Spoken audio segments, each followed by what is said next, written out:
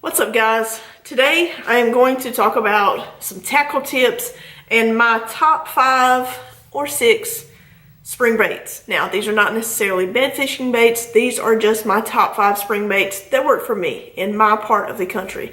I am from southeastern North Carolina, so we start our spring fishing depending on the temperature, usually the end of February, beginning of March. That's when we start our spring fishing.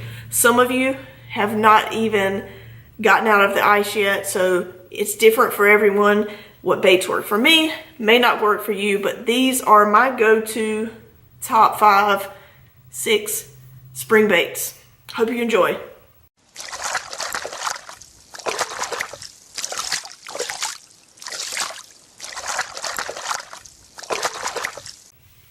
Alright guys, these are my top 5, possibly 6. I'm gonna kind of have little categories.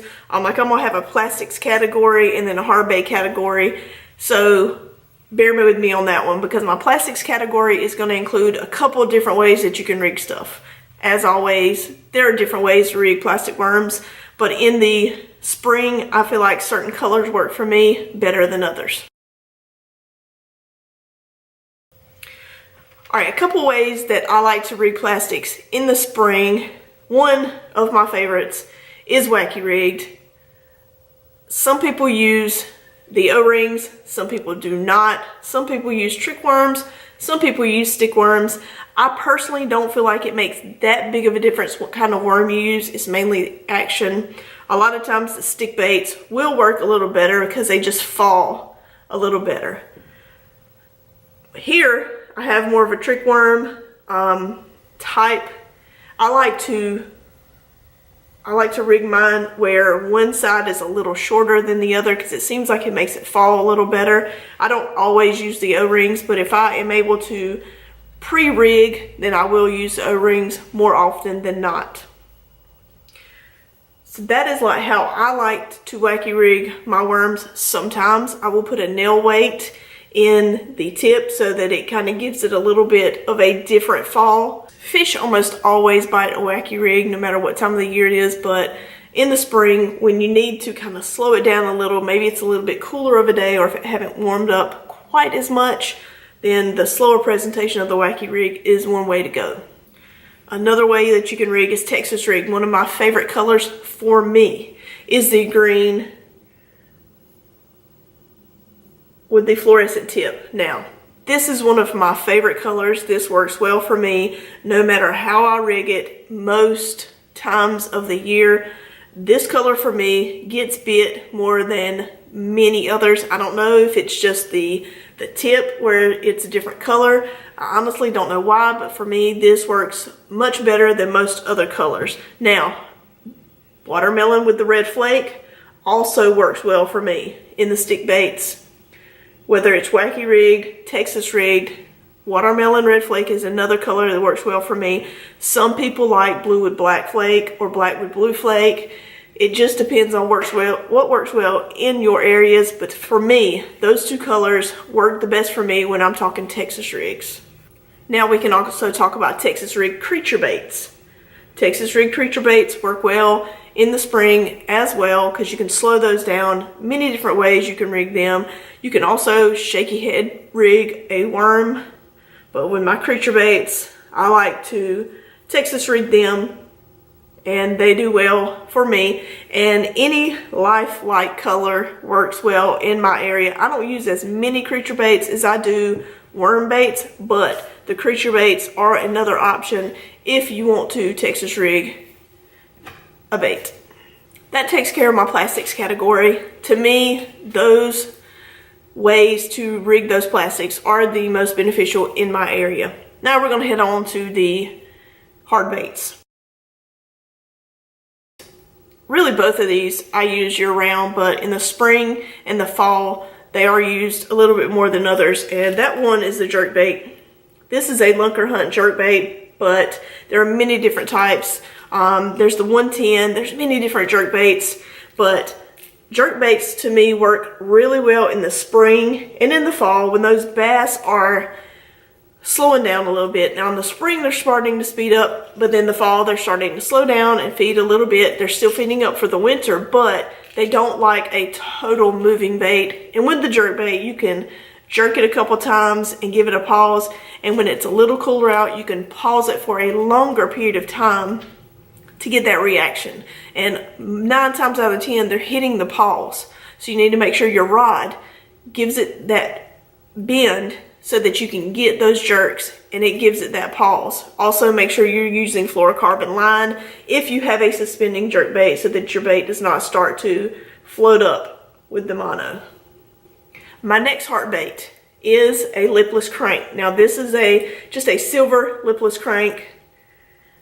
Another color that I like to go to is a red crawl colored crankbait, but the silver, just a flash going in the water. And in the spring, I don't just crank my lipless just non-stop. I will give the lipless some pauses depending on the water, depending on the temperature. If it's a little cooler, I'll give it a few more pauses, but you can yo-yo this bait.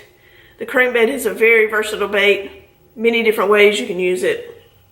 You can do that steady retrieve, or you can yo-yo it, you can rip it, but I like the lipless crank in the spring, especially for those finicky fish. Okay, my last 2 baits are moving baits, and I'm not including any topwaters in this just because topwaters do get hit in the spring, but topwater is, especially here in the South, I can usually fish topwater almost year round. Now, in the dead of the winter, you're not going to get many topwater bites, but a lot of times a popper for topwater. I have a slammer that I plan to fish quite a bit. The slammer is a topwater bait, so I'm not including many topwater baits in this. Topwater baits are something to me totally different. I'm just focusing on those baits that are not topwater. So I do like fishing topwater baits in the spring, poppers, slammer, if I'm wanting a bigger bait, but the popper is my favorite all-time topwater. The whopper plopper I like as well, but I'm not going to focus on the topwater. I'm going to just pick these last 2 baits and leave them for you without the topwater included. So my last 2 baits. Now, this color is not necessarily the color I would choose, but one of my last 2 baits is a spinnerbait. I enjoy throwing the spinnerbait pretty much year round. You can throw a small trailer on this, and with the spinnerbait, just like the jerkbait, you can not necessarily give it a steady retrieve. I like to pause my spinnerbait as well so that I can get more of a reaction strike. But I'm not moving this as fast as I would, say, in the summer. So the spinnerbait is another go-to bait. I throw the spinnerbait year round. Some people do not, but on a windy day, I enjoy throwing the spinnerbait over almost any other bait. Spinnerbait is really one of my go-to baits year round, but also in the spring is one of my favorite baits. All right, last on my list, like I said, these are baits that I catch fish on, and baits that I like to throw is the bladed jig or chatterbait. I like to throw a swim bait, and I also like to throw them with an underspin. This is a great bait. This is an illusion baits with an underspin.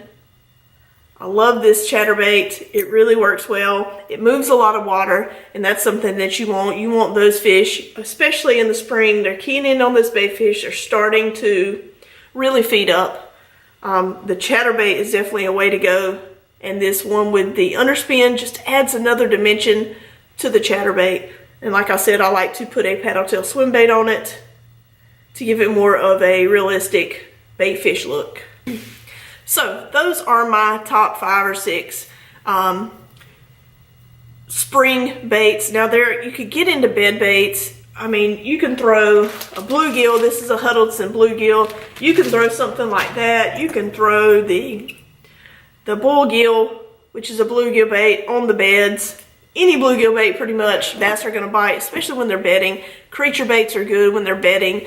The main thing is you just take your time if they're on that bed, but I'm talking just true spring baits. Those are my top. Hopefully you like those. Hopefully you can get some use out of this video. Make sure you are trying different varieties. If you're just starting out, don't just stick to any certain baits. Honestly, when I go out, anytime I'm fishing, I have my idea set and I'll say to myself, okay, I'm gonna try, the temperature is this, I'm gonna try this bait, but do not limit yourself to just 1 or 2 baits. Make sure you're taking a variety, because it just may be where the temperature is just not right. Maybe the winds change while you're out there, and you need to be prepared for that all the time. A lot of times when I'm fishing, I will take a variety. My box, my day box, usually has one of almost everything in it, just in case they're not biting what I think they're gonna bite, or the color that I don't think they're gonna bite. These are not the only baits I take with me fishing in the spring or in the summer, or whatever that you're thinking about. Make sure you're using a variety, and make sure you're trying a variety, even if your favorite YouTuber says, hey, this is my favorite spring bait. That may not work for you. So make sure you're trying out, figuring out what works for you in your area, because your area is totally different from everyone else's. And remember, YouTube is subjective when it comes to, I'm from North Carolina, you may be from Michigan, and what works well for me may not work well for you. So hopefully you can figure out what works well for you and stick with that and catch a lot of big spring bass. Hope you enjoyed the video. If you did, make sure you give it a thumbs up. Subscribe if you have not already. And make sure you grab life by the fish.